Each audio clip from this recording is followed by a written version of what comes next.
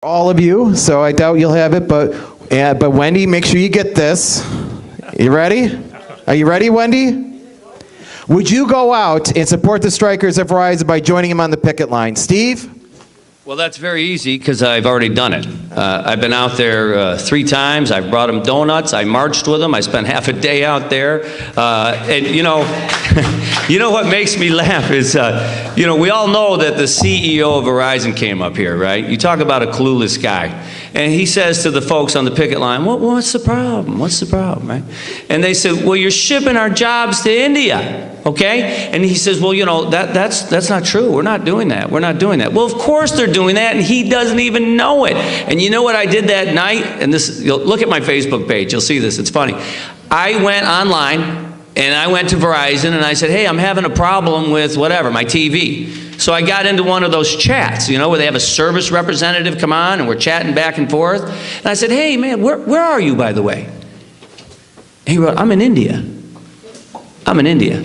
So I took a picture of that, and I put it on Facebook. So there is no doubt where they're shipping these jobs. And what's interesting to me is they feel like they have to ship our jobs to India to make more money.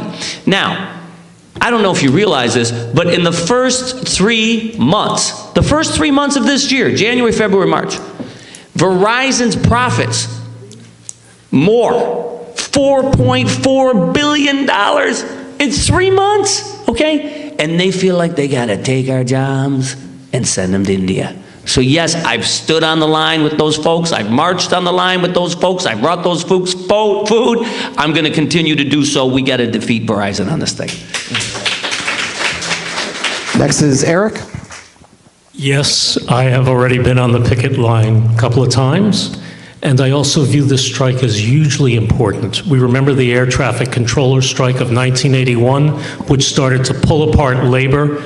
I have a hunch that this strike is going to have the same kind of impact, so that we all have, they're striking for us.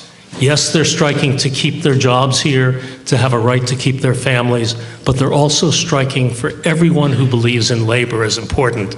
So I don't want to look back on this the way we look back on the air traffic debacle. Colleen?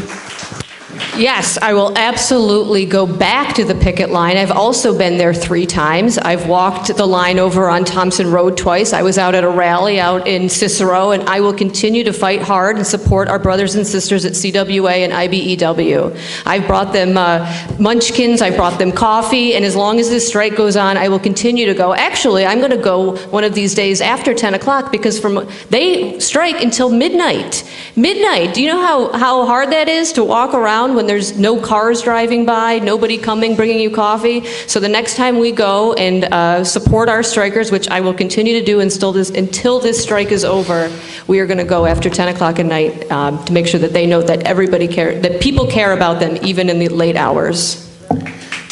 Okay, so we're going to go right to closing statements. You have 2 minutes, and we're going to do the reverse of how we started. So